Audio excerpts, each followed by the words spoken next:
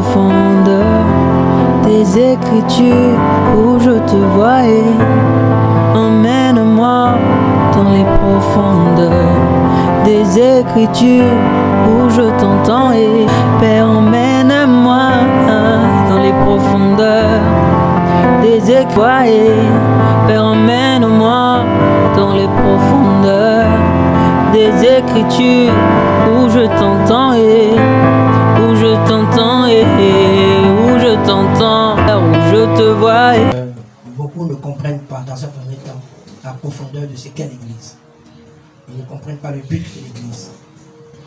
Et d'un autre côté, vous ne pouvez pas aussi en vouloir aux gens parce que beaucoup ont été déçus dans les églises. Beaucoup ont été déçus par les personnes comme nous, serviteurs de Dieu, pasteurs, voilà, etc. Les gens étaient suffisamment abusés, ok? Donc, vous ne pouvez pas les en vouloir. Et Satan sait que là, il y a la puissance. Il va s'arranger, n'est-ce pas, à s'aimer les vrais. C'est vrai ou c'est pas vrai?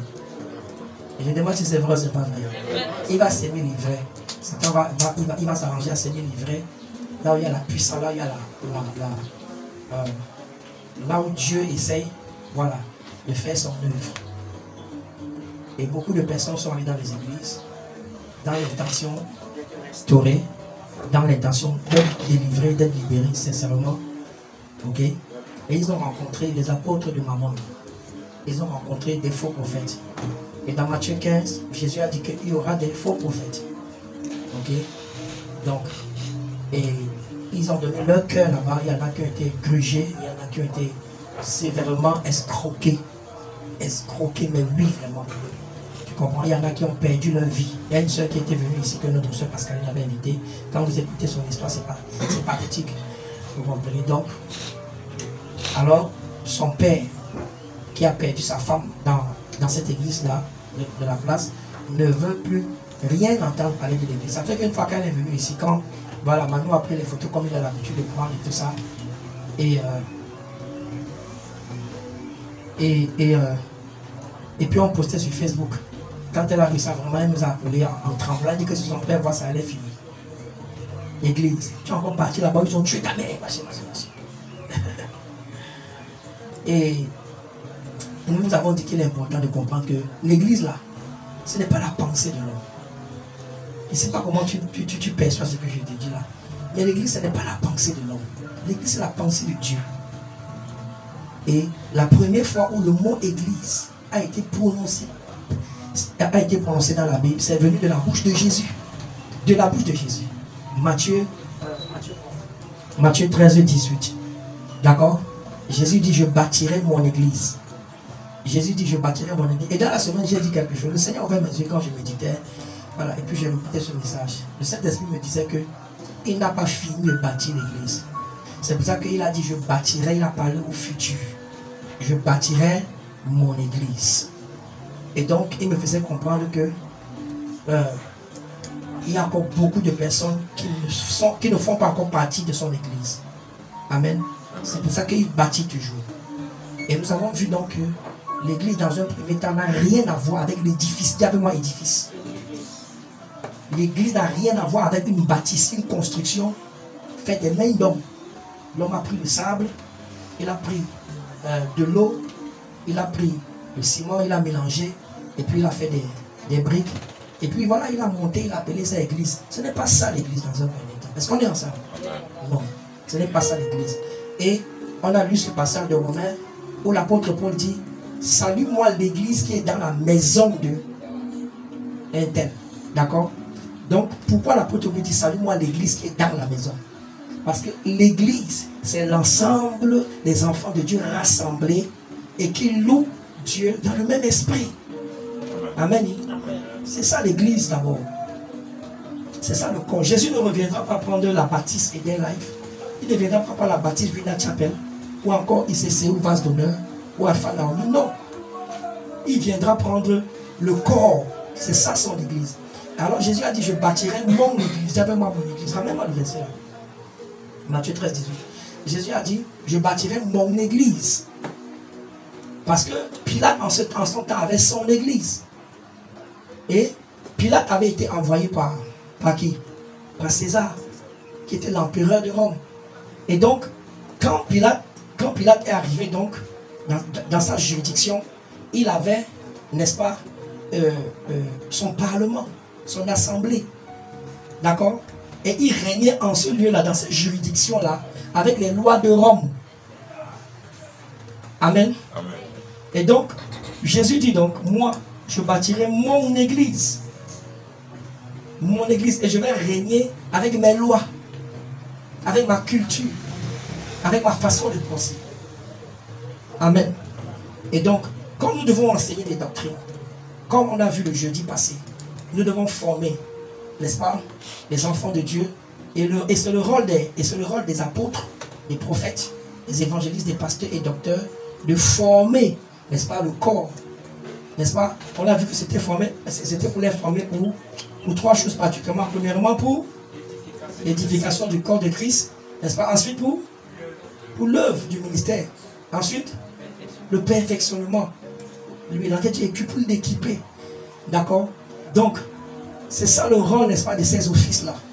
Former des enfants de Dieu, n'est-ce pas, en vue de l'œuvre du ministère. Donc, pour t'envoyer travailler, quel que soit le domaine là où tu es, tu dois œuvrer là-bas comme un ministre de Dieu. Amen. Et nous avons vu que là où 2 ou 3 sont rassemblés, ils forment l'église. C'est ce que dit Matthieu 18. Là où 2 ou 3 sont rassemblés en mon nom, ils forment l'église. Et donc, s'il faut rassembler des gens, les former, les équiper et tout ça, il faut également une institution aussi qu'on appelle église. Et c'est cette fois-là la bâtisse. C'est cette fois-là une construction. Amen. Mais n'oubliez pas que l'église est la pensée de Dieu. L'église est la stratégie, nous l'avons dit, que Dieu a mis sur place pour détruire le système du monde. Pour détruire Satan et toute sa cohorte. Regarde. Il dit quoi? Qui va se lever contre l'église? Qui va se lever? Les portes du séjour des morts.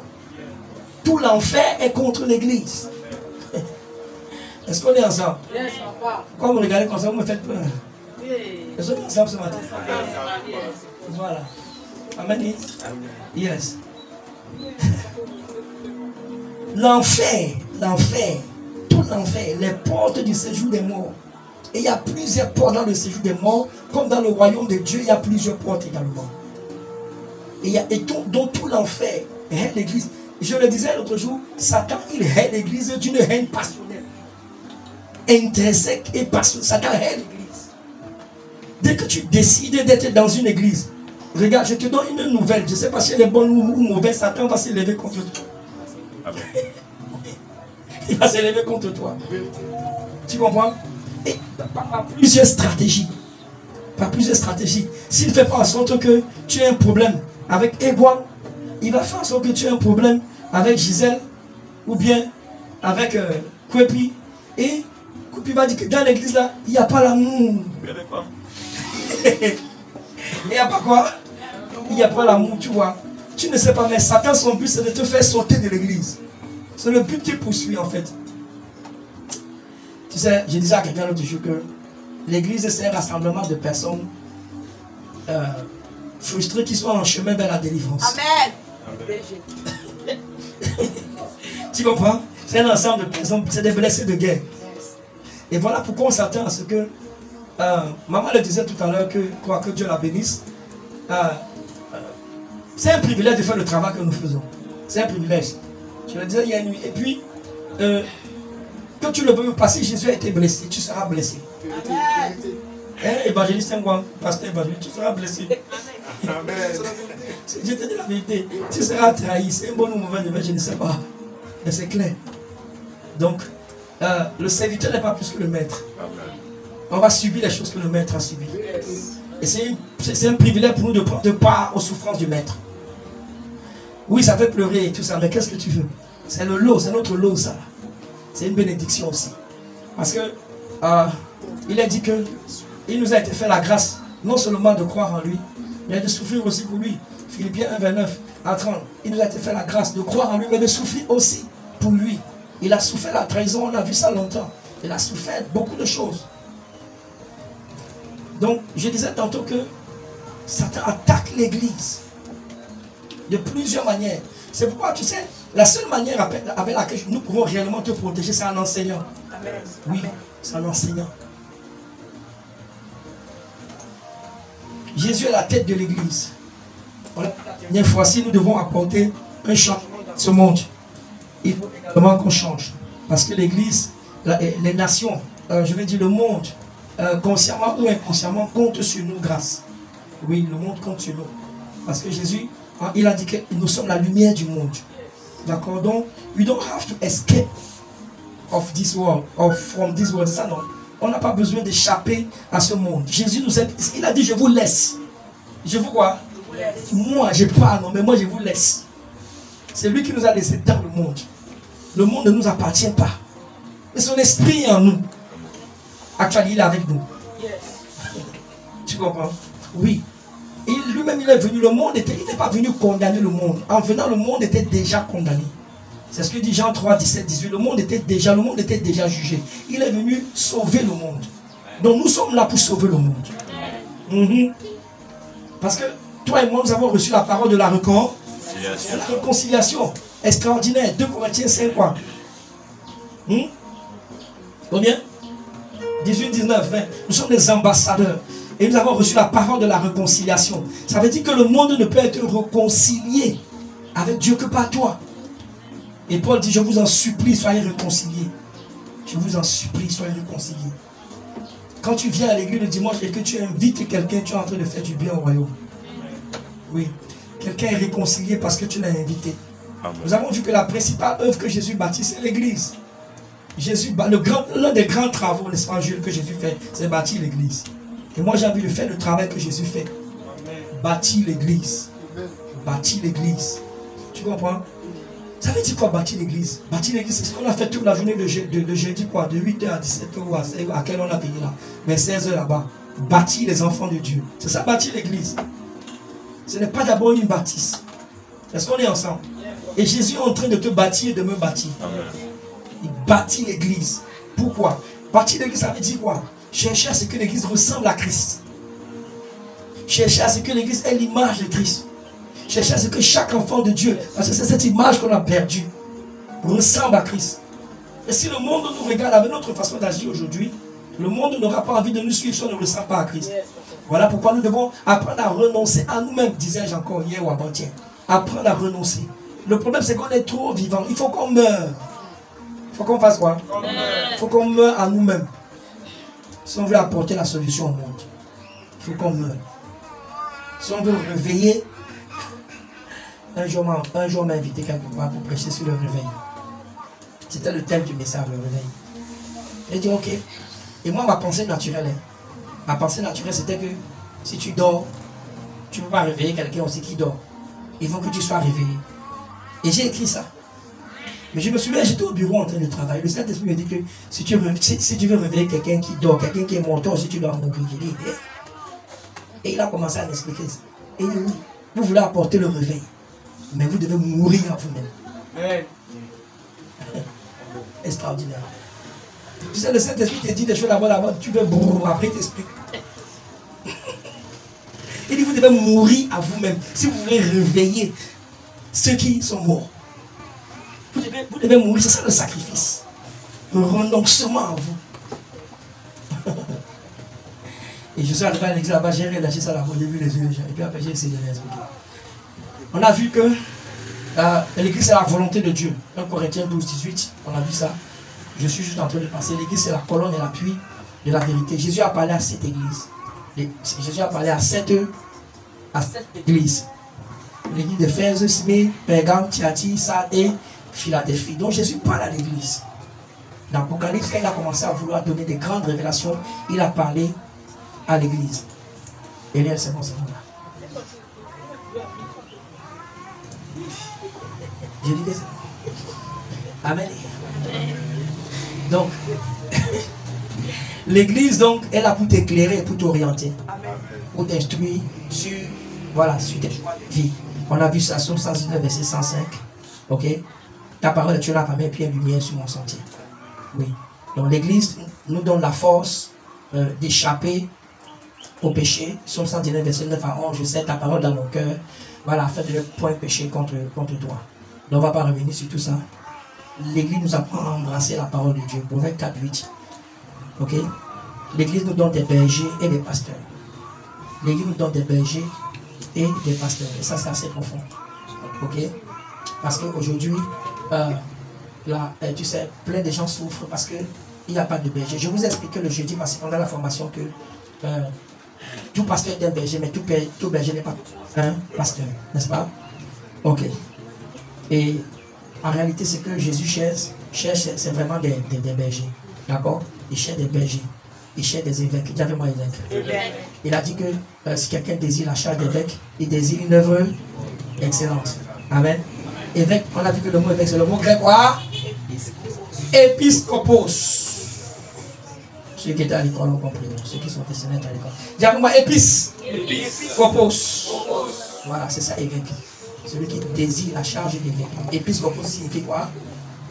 Gardien. Gardien du peuple. Et donc, tout le monde est destiné tous à garder le peuple de Dieu. Parce qu'il est écrit, veillez les uns sur. C'est ça, veiller, c'est ça, non, c'est ça, veiller sur le peuple, non. Garder le peuple. Garder le peuple. C'est ça, évêque. Donc nous tous devons désirer cela. Nous devons désirer garder, n'est-ce pas, le peuple de Dieu. Parce que beaucoup sont errants et égarés. Beaucoup errent et ils sont égarés. Voilà. Et nous devons, et il cherche des bergers. Dans Matthieu chapitre 9, la Bible dit que Jésus a vu toute une foule. Et il était triste. Il a eu compassion. Pourquoi? Parce qu'il n'avait pas de berger. Il n'avait pas de berger, toute une foule. Mais crois-moi, il y en a qui errent aujourd'hui. Hein. Il y en a qui errent parce qu'ils n'ont pas de berger. Le berger est là pour t'orienter. Et il est là pour te guider. Ce n'est pas un homme parfait. Il n'est pas là pour t'imposer les choix de vie. Il t'oriente, il te guide. Amen. Oui, il te visite, il prie avec toi. Jésus cherche des bergers. Il a dit, je leur donnerai des bergers selon mon cœur. Je leur donnerai des bergers selon mon cœur. Et il va les paître. Dis avec moi, paître. Il va les paître avec sagesse et intelligence. Ok? Tu sais, si tu n'as pas de pasteur, si tu n'as pas de berger, tu n'es pas au courant, mais quelque part tu es un peu perdu. Oui. Parce que Jésus s'attend à ce que nous tous, chacun d'entre nous, quel que soit ton niveau d'onction, quel que soit le niveau où tu es, que tu aies quelqu'un qui puisse parler sur ta vie. Si tu n'as pas quelqu'un qui peut parler sur ta vie, si tu n'as pas quelqu'un qui peut t'orienter, si tu n'as pas quelqu'un à qui tu rends compte, ce n'est pas une bonne chose. D'accord, ce n'est pas une bonne chose. Jésus que tu vois là, il rendait compte au Père. Il rendait compte au Père chaque fois. Il faisait pas. Donc il allait dans la présence du Père et il dit que ce que le Père fait, c'est ça que je fais. Ce que le Père dit, c'est ça que moi également je dis. L'apôtre Paul est un des apôtres qui avait une notion très puissante, très grande. Ok? Et il a écrit la moitié de l'Ancien et du Nouveau Testament, près de 22 livres comme ça, il a écrit. Mais tu sais, malgré qu'il prêchait, il est allé rendre compte à ceux qui étaient appelés les colonnes de l'église. Tu comprends? Je parle de Pierre, de Jean et de Jacques. Est-ce qu'on est ensemble? Oui, l'apôtre Paul, il est allé leur rendre compte du travail qu'il fait. Il dit, afin de ne pas courir le risque d'avoir couru quoi? En vain. Il allait leur rendre compte. Et pourtant, ce n'est pas eux qui l'ont appelé. Tu dois rendre compte. Tu ne peux pas simplement faire des choses comme tu veux. Et parce qu'à partir du moment où on est ensemble, on est ensemble. C'est très important. Je comprends pourquoi tu n'as pas dit amen. Ça te pique. Amen. Amen. Je vais te dire ça. Tu dois rendre compte. Dire à quelqu'un. Je ne comprends pas pourquoi tu n'as pas dit amen. Parce que ça te pique. Nous sommes trop indépendants en fait. Il y a trop cet esprit d'indépendance en nous. Ok? Même Dieu n'est pas indépendant. Il consulte ici et le Saint-Esprit. Et toi. Dieu lui-même n'est pas indépendant. Il se consulte. Lui-même dit qu'il prend conseil à lui-même. C'est Éphésiens combien là? Il dit qu'il se conseille lui-même. À la date. Et toi, tu vas dire que tu es comme Dieu, tu te conseilles toi-même. Tu fais sur toi. Amen. On se connaît. Amen, papa. Il dit que toi-même, tu es comme Dieu, donc tu peux te conseiller toi-même. Mon ami, tu es dans une société, tu ne vis pas dans la brousse. Tu ne vis pas dans la forêt. Tu comprends? Quand tu es dans une société, ne donne pas l'impression que... Il y a des gens qui te donnent l'impression que tu les contrôles. Vérité. Donne l'impression qu'on veille sur toi. Amen. Amen. Yes. Donne l'impression qu'on veille sur toi. C'est qu'actuellement, personne ne peut te contrôler et personne ne peut te guider. Réellement, si tu ne veux pas. Tu comprends? Mais ce qui se passe, c'est que dès que tu permets que quelqu'un soit au-dessus de toi, Dieu vient en lui parler dans son cœur. Amen. Dieu, oui. L'Éternel est mon berger. D'accord? Le mot berger en hébreu là-bas, on a vu que c'est le mot pasteur. D'accord? Il nous conduit dans le vert pâturage. Il nous conduit. Tu comprends? Dans le vert, il restaure mon âme. Il me conduit dans le vert pâturage. Donc ton berger te conduit là où il y a l'abondance. Il te donne un conseil pour ta vie qui va t'orienter. Amen. Et c'est pour ça que l'église est là. Donc, ça me fait mal, vraiment beaucoup, que certains d'entre nous, nous ayons déçu certains brebis, certains d'entre nous, nous ayons blessé certains brebis. Pardonnez-nous. Dieu nous pardonne aussi. Vous aussi, pardonnez-nous. Et pardonnez, n'est-ce pas, à tous les serviteurs de Dieu où qui se trouvent. Mais ce n'est pas pour ça que vous ne devez pas avoir d'église. Parce que c'est la pensée de Dieu. On n'est pas tous fous. Ici, là, on n'est pas fous en tout cas. Amen. Je dis qu'on n'est pas fous. Amen. Ouais. L'église te préserve des séductions de ce monde. Amen. Des doctrines démoniaques. Ok? L'église te préserve de ça. Parce qu'il y a beaucoup de séductions dans le monde. Il y a des enseignements à gauche et à droite. Ici, là, nous n'interdisons pas aux gens d'écouter nos enseignements. Mais je connais des églises qui t'interdisent ça carrément. Tu connais, non? Ils t'interdisent ça carrément. Ils disent que tu ne peux pas être dans une maison et puis tu peux manger chez les voisins. N'est-ce pas? Et tout ça. Et les enfants de Dieu aujourd'hui, l'indépendance, les choses ont dans le... Oh là là. Chaque jour que j'entends des choses terribles. Ouais. Vraiment. J'ai failli dire quelque chose, mais je laisse là. Non, je laisse là. L'église existe pour briser le pouvoir des nations sur les... Yes. L'église existe pour briser... Donne-moi Jérémie 50, et 51, verset 20. Briser le pouvoir des nations. Ok? Et Jérémie 51. Écoute-moi, ça c'est ce que tu es dans la main de l'Éternel. C'est que l'église est. Tu as été pour moi un quoi? Un marteau. Regarde ici. Je veux que tu notes et que tu lises avec moi. Et que tu suives avec moi. Tu as été pour moi un marteau. Un instrument de guerre. J'ai brisé par toi des nations. J'ai fait quoi? J'ai brisé par toi, par l'église. Par toi des nations. Par toi, j'ai détruit les royaumes de ce monde. Amen. Par toi. J'ai détruit les royaumes de moi. Il est en train de parler de l'église. Tu comprends? Regarde, hein.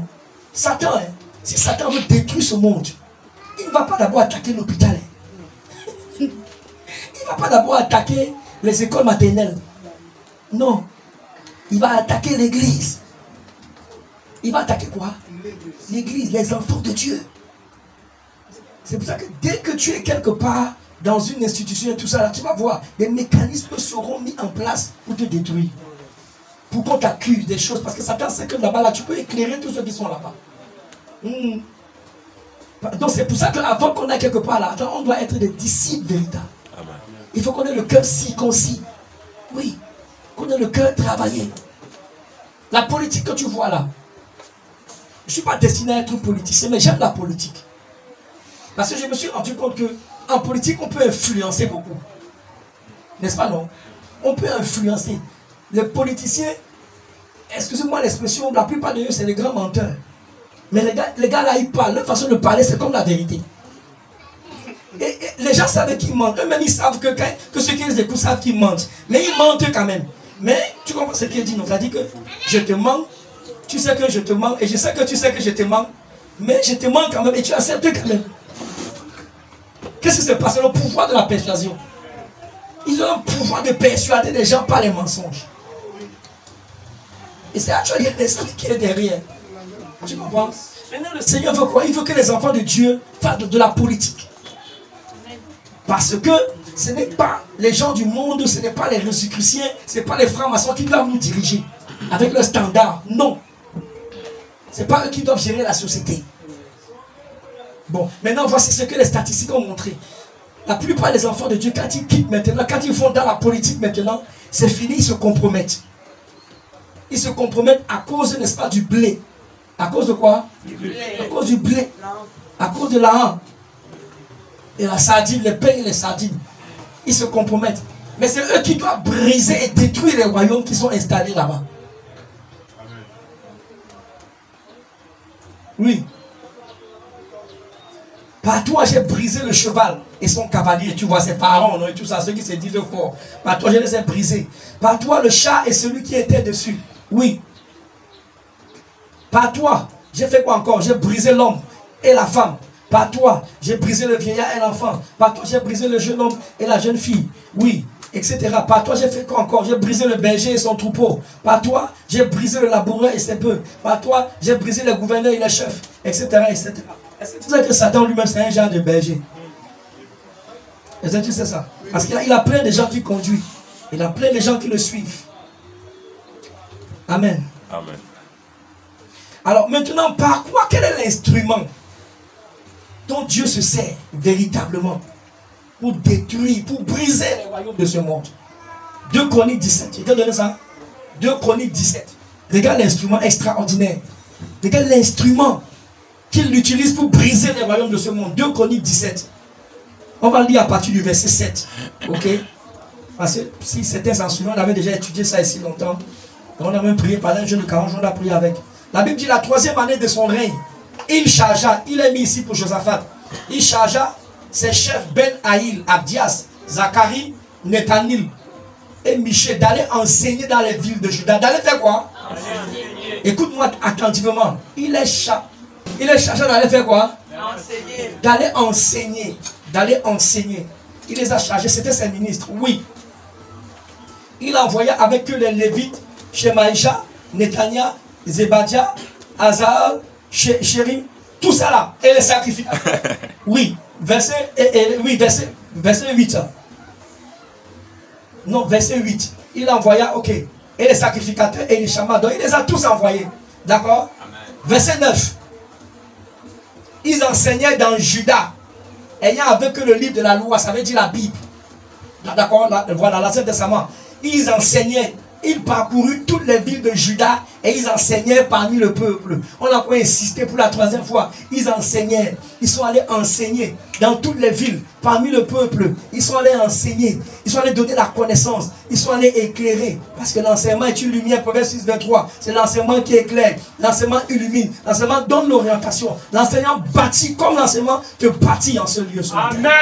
Ils sont allés enseigner, enseigner. L'enseignement fait de toi un disciple. Il n'y a aucun autre moyen par lequel nous pouvons être des disciples. Matthieu 28, 18, 20. Il dit quoi? Allez faire des nations des disciples. Baptisez-les au nom du Père, du Fils et du Saint-Esprit. Et enseignez les nations. Enseignez les nations. Je vous ai dit le jeudi parce que très souvent nous avons pris ce passage comme si c'était seulement le fait d'aller évangéliser les nations. Non, c'était pas seulement aller évangéliser, c'était enseigner le mandat qu'il nous a donné aussi. C'est ce qu'il a dit, non? Amen. Puis, Matthieu 28, c'était pas seulement aller évangéliser, c'était aller enseigner. Amen. Parce que c'est l'enseignement qui réellement bâtit et qui fait des disciples. Et regarde ce qui s'est passé, regarde le résultat de l'enseignement au verset 10. La terreur de l'Éternel s'empara de tous les royaumes. Je suis en train de te parler de moyens par lesquels on peut briser les nations. Alléluia. Oui, regarde, la terreur de l'Éternel s'empara de tous les royaumes qui environnaient Juda, des pays qui environnaient, et il ne fit point la guerre à Josaphat. Extraordinaire. Les gens ont eu peur de quand ils ont été enseignés. Les gens ont eu peur de parce qu'ils avaient la connaissance. Est-ce que tu comprends? Écoute-moi. Aux États-Unis, le simple fait d'avoir la connaissance, les gens auront peur de toi. Amen. Parce que, regarde, le contraire de la connaissance, c'est l'ignorance. Et l'ignorance tue. L'ignorance tue. Je pensais que la terreur va s'emparer des royaumes autour d'eux parce qu'ils ont des chars et parce qu'ils ont des... comment tu appelles ça? Des armes. N'est-ce pas, non? Je pensais que la terreur va s'emparer des royaumes autour d'eux parce qu'ils sont assez équipés, ils ont des chevaux, ils ont... Non. Are we together? Yeah. Mais la terreur s'est emparée des gens parce qu'ils étaient enseignés. Un peuple qui enseignait, mon ami, les démons vont les respecter. Amen. Un peuple qui a enseigné, tu comprends, les problèmes vont les fuir. Amen. Ne cherche pas seulement à ce que les problèmes disparaissent. Cherche à être enseigné. Amen. Et regarde ces choses qui sont faites dans l'église. Regarde ce que les disciples faisaient dans l'église. Ils faisaient 4 choses fondamentales. Actes chapitre 2. 4 choses qu'ils faisaient dans l'église. Ils persévéraient dans l'enseignement des apôtres. Ils persévéraient dans la communion fraternelle, dans la fraction du pain et dans les prières. Ils persévéraient dans quoi? Dans dans l'enseignement des apôtres. L'enseignement des apôtres. J'aime une autre traduction en anglais. Il dit dans la doctrine. Yes, dans la doctrine. Tu dois être bâti dans la doctrine des apôtres. Amen. L'un des buts des apôtres, hein, écoute-moi, c'est d'amener la doctrine. C'est d'établir la doctrine. Je crois que c'est Éphésiens qui parle de ça, non? Et que l'église, n'est-ce pas, est bâtie par les apôtres et les prophètes.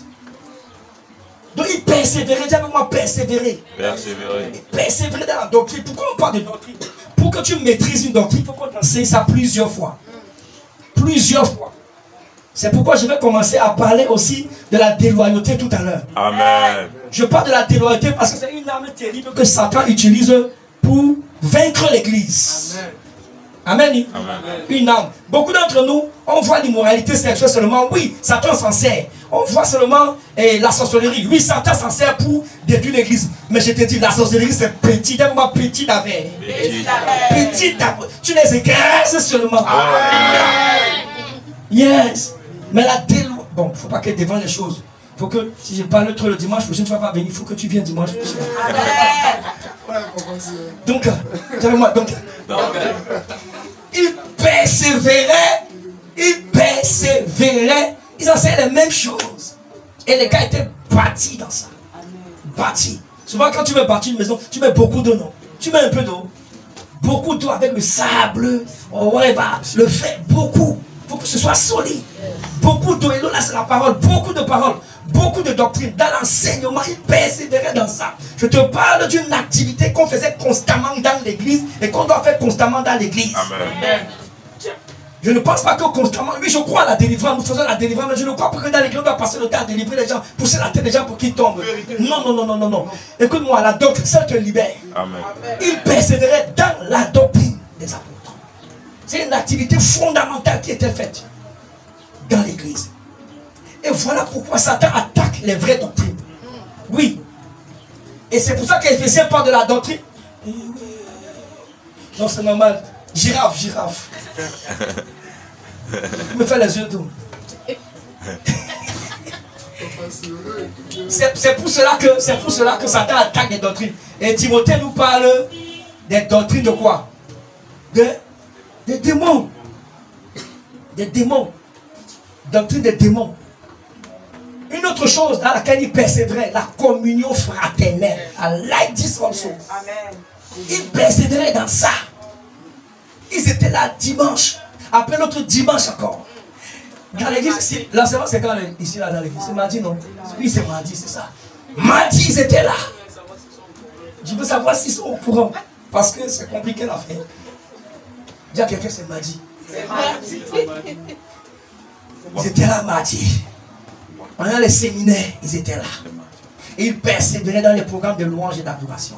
Et oui, tu comprends, c'est ça la communion. La communion, tu vois, il y a l'adoration, il y a la louange. Ils persévéraient dans la communion des frères Lorraine. Ils étaient là et ils persévéraient. Ils persévéraient dans ça, dans la communion fraternelle. Oui. Mais toi, tu es là dimanche, et puis on te voit 3 dimanches après. Donc je me tourne vers ici, je parle. On te voit, et puis toi tu persévères dans quoi? Tu peux me dire? On dit ici qu'il persévérait dans la communion. Tiens, quelqu'un dit ici qu'il persévérait dans la communion. On dit ici qu'il persévérait dans la communion. Et toi je te vois ce dimanche, et puis 3 dimanches après. Dans quoi persévères-tu?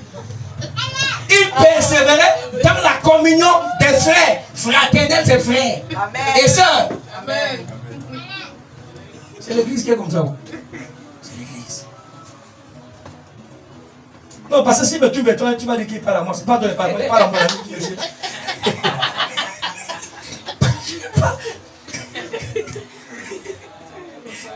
Dans l'église, c'est une chose normale tous les dimanches. C'est une chose normale. C'est une chose quoi? C'est une chose normale. Il persévérait. J'aime ça. J'ai l'enseignement, rappelez-vous, où je parlais, n'est-ce pas, d'un critère de la croissance spirituelle. Un seul critère, c'est la communion. Juste le fait d'être ensemble comme ça, ça mise building la spirit. Cela édifie ton esprit, ça te fait grandir. Oui. Quand on prie en esprit, en langue, comme on a prié ce matin, là, tu n'as pas senti que ça t'a chapé. Je veux dire aiguisé quelque part. Amen. Yeah. La spirit, voilà. Yes.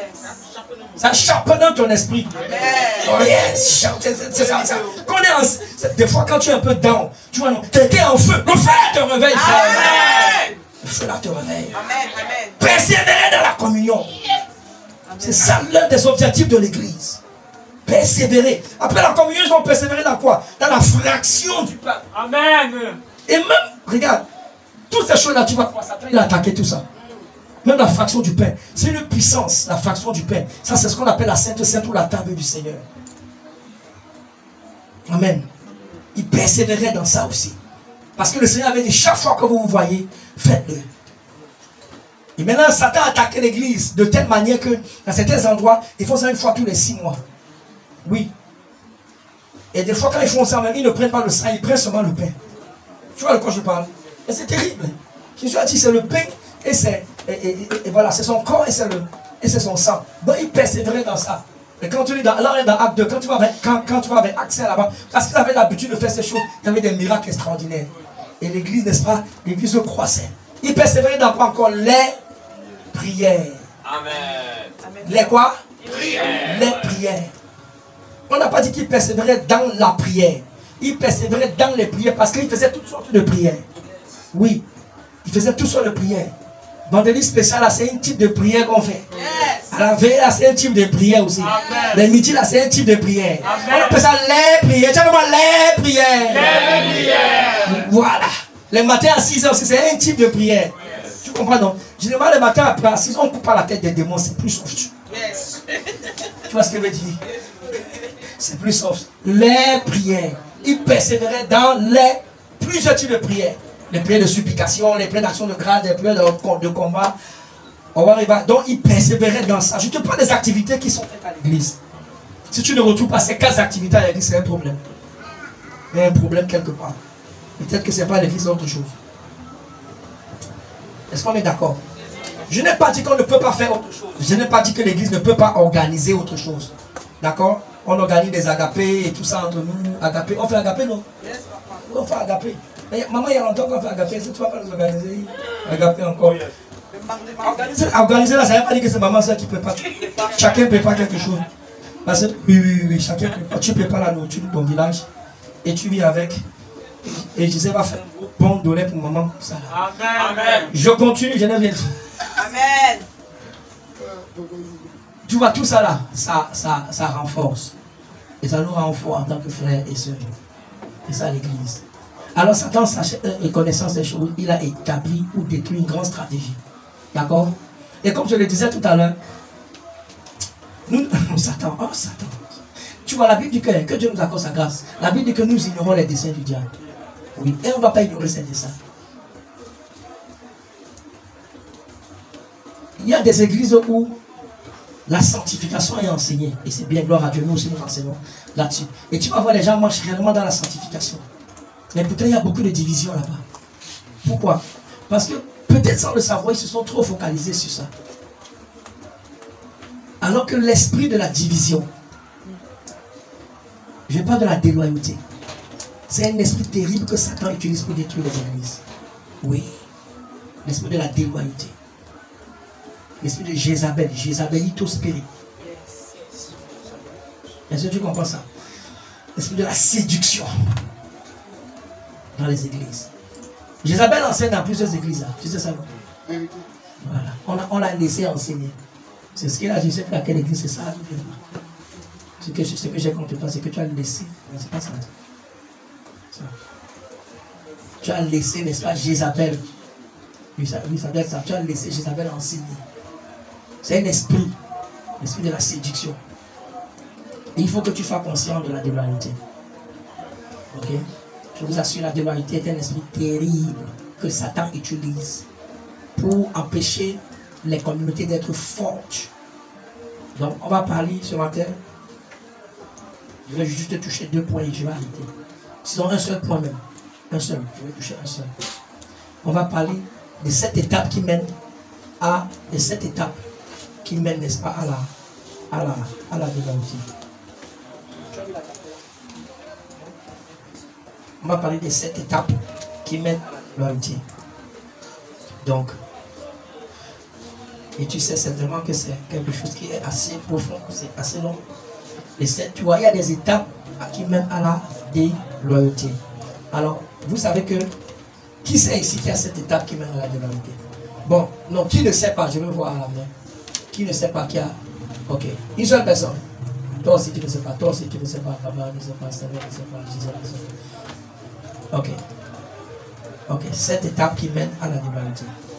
Pour ceux qui savent, la première étape c'est l'esprit de l'indépendance. La deuxième, l'offense. La troisième, la passivité. La quatrième, pourquoi c'est toi ceux qui parlent ici? Les autres, il y a des gens qui n'ont pas levé la main. La quatrième, toi tu connais. Non. La quatrième, la critique. La cinquième,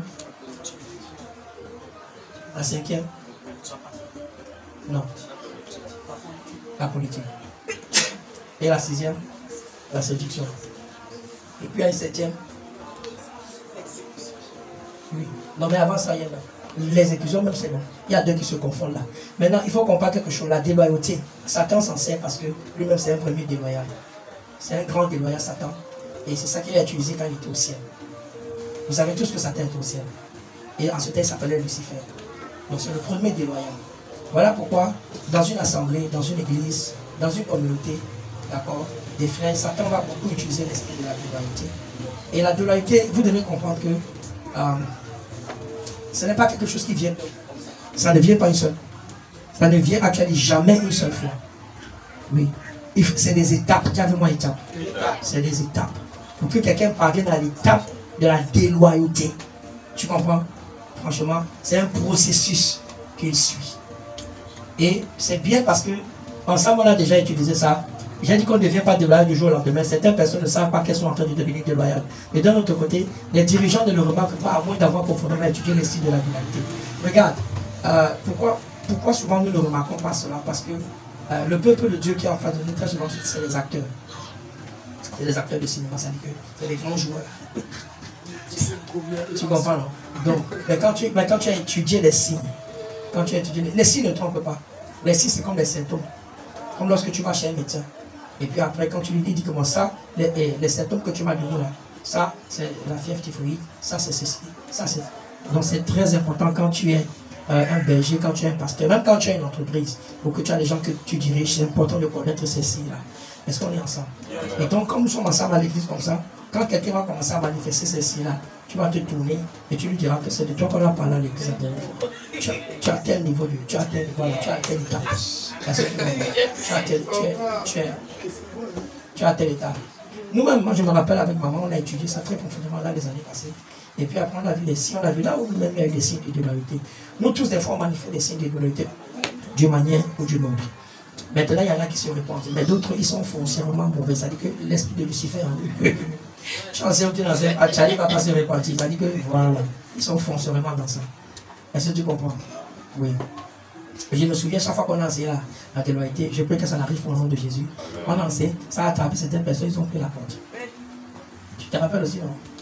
Voilà. Mais écoute-moi, ne t'amuse pas avec l'esprit de la déloyauté. Ne t'amuse pas avec ça. Parce que c'est cet esprit-là qui a fait que Satan a emporté le tiers des anges. Oui, l'esprit de la déloyauté. Il y a des raisons pour lesquelles il faut étudier la déloyauté. Cet aspect, on ne va pas le voir. Je veux juste qu'on voit ici. La première étape de la déloyauté. Bon, regarde, deux raisons pour lesquelles il faut connaître et étudier. Un, cela me permet de voir toute tendance en moi et l'éliminer. Deux, cela me permet de détecter toute déloyauté chez ceux qui travaillent pour nous. D'accord? Voilà. Ou avec nous.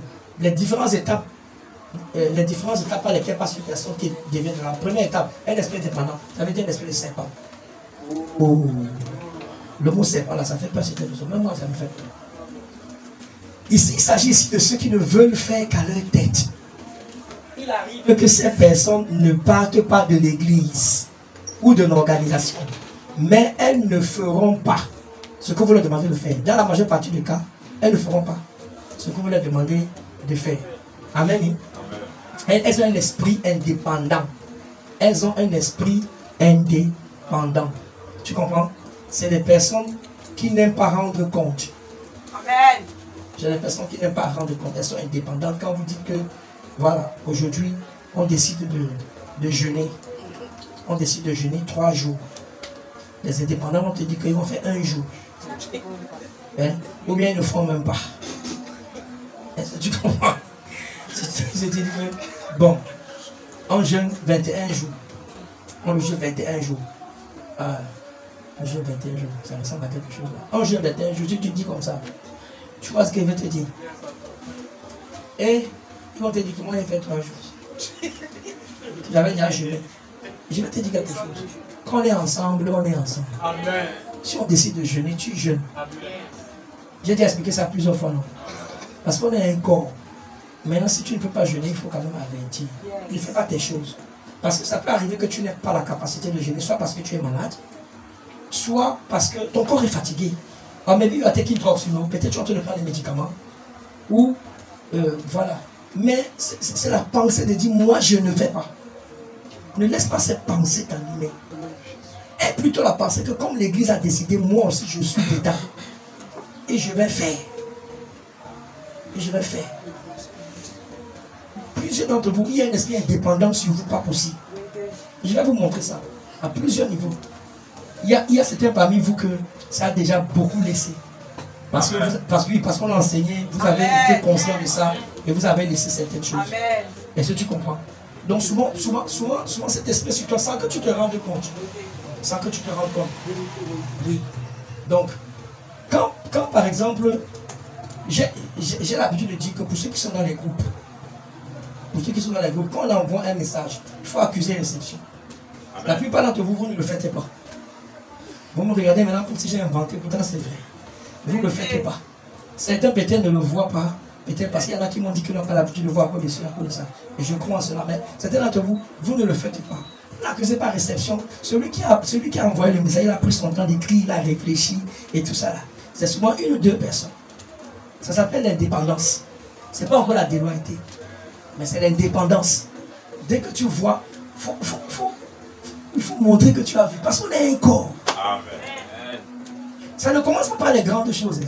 Après, je vais te citer les grandes choses. Tu vas voir. Et ce que tu ne sais pas, c'est que tu es destiné à être un leader. Et si tu ne le fais pas en ton temps aussi, quand tu vas diriger, les gens ne le feront pas. Ils ne le feront pas. Parce que tu vois le truc qu'on dit suivre quelqu'un là, c'est très spirituel. Je vous ai expliqué ça l'autre jour, non? C'est très spirituel. C'est pourquoi tu vas voir un leader parfois, il est là, il a une façon de se comporter. Souvent physiquement, il n'est pas avec certaines personnes. Mais les gens ailleurs font exactement ce qu'il est en train de faire. Parce que le suivi est spirituel. J'ai expliqué ça jeudi, non? Le suivi est très spirituel. Ah mais oui. Je vais donner un exemple qui n'est pas trop bien entendre. Mais c'est un exemple pour que tu comprennes ce que je suis en train de te dire. Regarde, par exemple, moi qui suis ici là, il y a des pères que je suis, on ne se voit pas physiquement, mais dans l'esprit, je les suis. Parce que le suivi est très spirituel. Un homme de Dieu dans une église, quelque part, il a commis une erreur avec une jeune fille, n'est-ce pas, de l'église. Mais au lieu qu'il se repente, il ne s'est pas repenti. Il a continué dans ça. C'est un interpellé. Il a continué dans ça jusqu'à ce que la fille est tombée enceinte. Que cela ne nous arrive jamais. Amen. Mais regarde ce qui s'est passé. Après, il s'est repenti. Quand il s'est repenti, comme c'est tout dans lequel il était, plusieurs personnes dans l'église maintenant ont commencé à se repentir aussi. Ils étaient dans la chose. Et son assistant direct, il a dit que vraiment, je vais vous dire aussi ce que moi je faisais. Et dans la chorale, c'est pas cette chorale, c'est une chorale très agréable. Il a pas cité aussi dans la chorale les personnes qu'il avait alignées. Oui, les beaux qu'il avait alignés. Oui. Et true story. I tell you. Qu'est-ce qui s'est passé?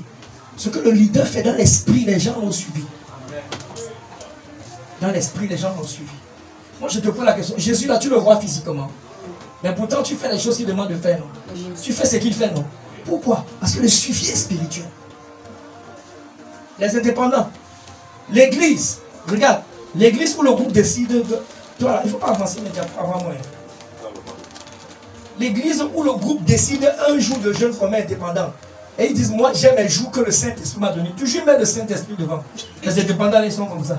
Ils mettent le Saint-Esprit devant. J'aime les jours que le Saint-Esprit m'a donné. Ouais, j'ai dit, ouais,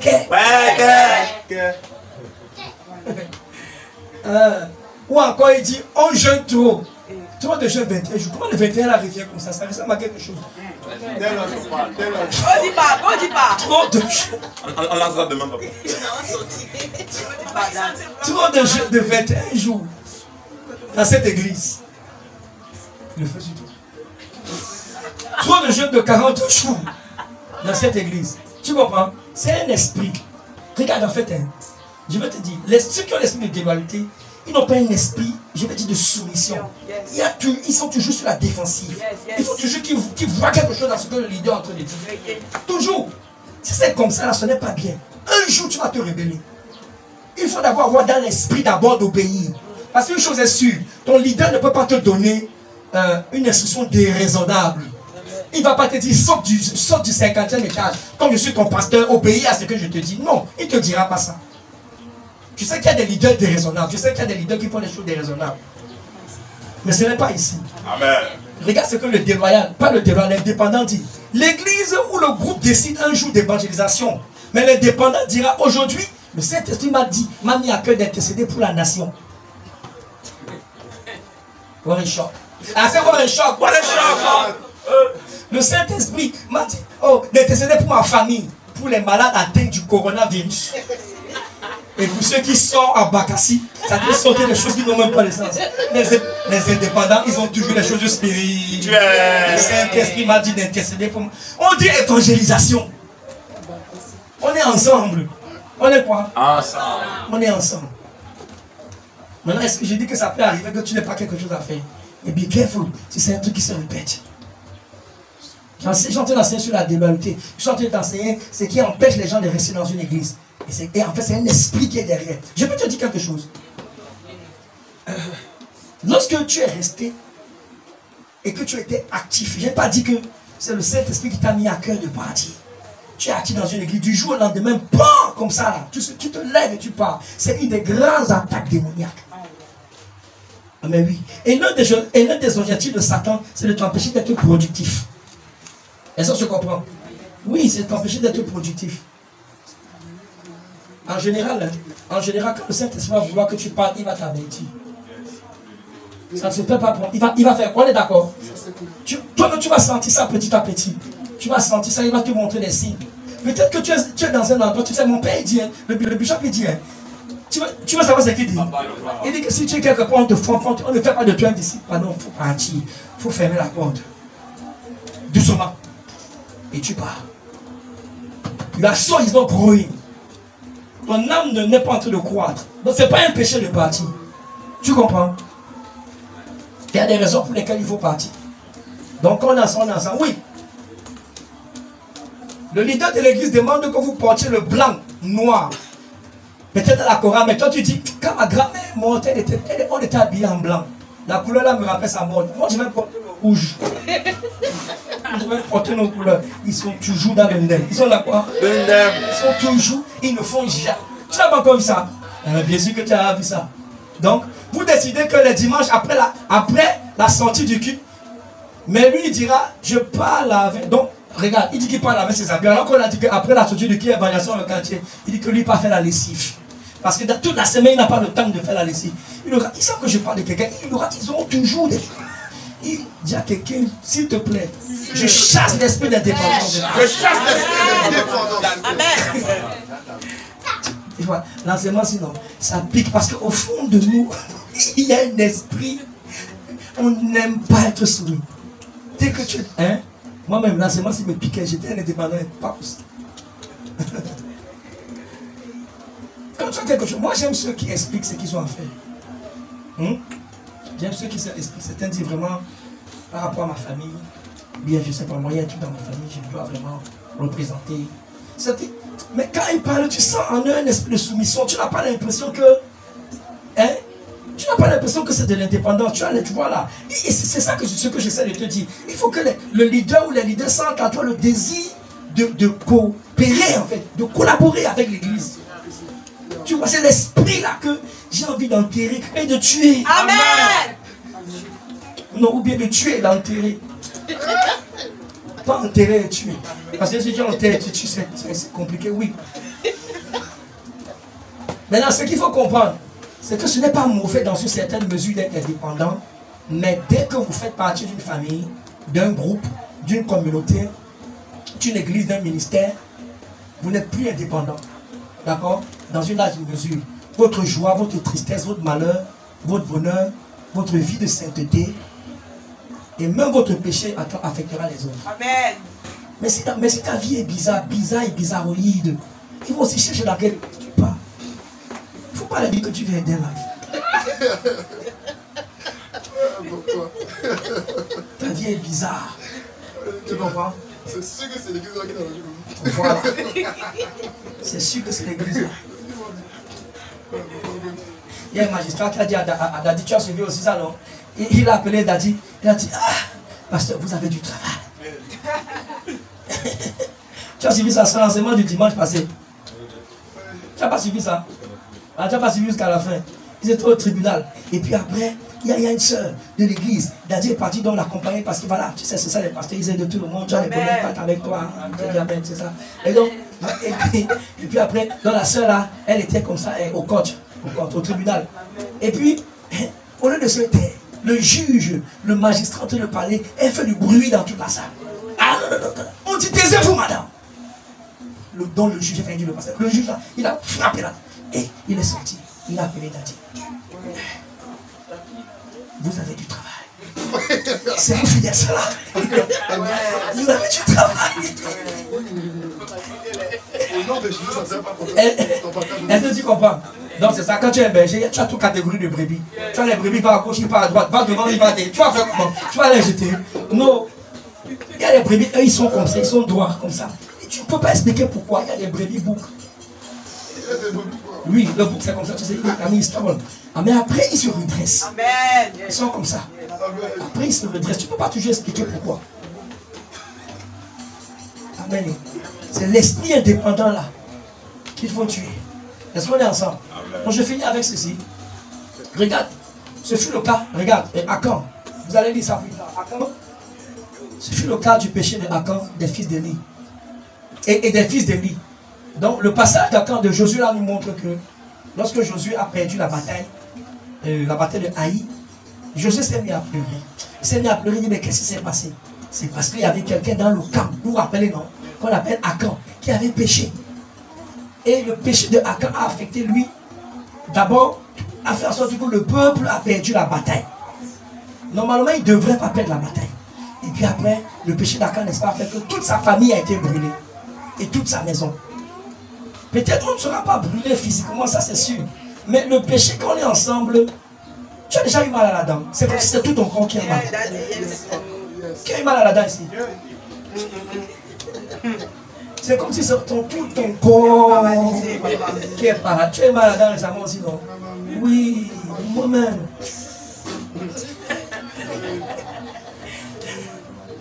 Je t'ai dit, tu as mal ici, tu as mal ici. Tu ne sais pas où tu as mal. Oui.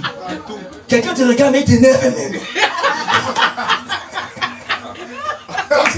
Comme s'il est dans ta dent. Tout t'énerve, frère.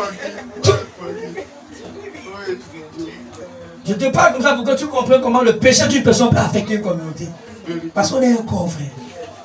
On est un corps. Et comment la sainteté de la vie d'une personne peut affecter tout un corps. Oui, yes. Donc c'est par là que ça commence. L'esprit de l'indépendance. Ça c'est la première étape. On a plusieurs autres étapes. Donc on va arrêter là. Seigneur, aide-moi. Élève ta voix et prie sur la terre. Seigneur, aide-moi à comprendre ces choses. Les bros, Shabalabakata Balante, les bros Santa Mahinde, Paras Kanta Mahale El Malura, et Imbobrea Santa Mali, El Zeke Pahala Antamando Rekele Mazota, El Demanta Palara Iskin Tamande Regede, El Berele Kabache, Uskantamache Les A. Seigneur, aide-moi à comprendre, aide-moi à comprendre, aide mon frère, aide ma soeur à comprendre. Bénis le Seigneur pour la puissance de l'Église. Bénis le Seigneur pour la puissance de l'Église. Remercie le Saint-Esprit. Remercie le Saint-Esprit qui te donne la grâce d'avoir une Église bien-aimée. Aucune Église n'est parfaite, il faut le croire. Nous en parlerons. Aucune Église n'est parfaite parce que ce sont des hommes qui dirigent. Car Dieu ne se sert pas des anges. Mais bénis le Seigneur. Remercie le Saint-Esprit. N'est-ce pas? Peut-être que personnellement tu n'as jamais dit merci au Seigneur pour Eden Life in Love. Remercie le Seigneur pour Eden Life in Love. Cette église qu'il a également destinée, qu'il a également mis sur pied pour te bénir également pour... oui, bénis le Saint-Esprit. pour les enseignements que tu écoutes. Remercie le Seigneur pour la communion fraternelle, n'est-ce pas, avec les bien-aimés. Remercie le Seigneur pour les temps de prière, les temps, et voilà, les enseignements, les mardis, les séminaires comme celui de la semaine prochaine. Remercie le Saint-Esprit pour les veiller, n'est-ce pas, pour cette plateforme. Lorsqu'une église, n'est-ce pas, est établie, c'est une plateforme pour t'aider à faire grandir ta vie de prière également. Remercie le Seigneur pour toutes ces différentes choses. Et prie afin qu'il t'accorde la grâce de ne jamais être déloyal. Amen. Yes. De ne jamais être une pierre d'achoppement. Oui. Mais d'être une personne, n'est-ce pas, totalement soumise, une brebis qui suit. Également une brebis qui est soumise.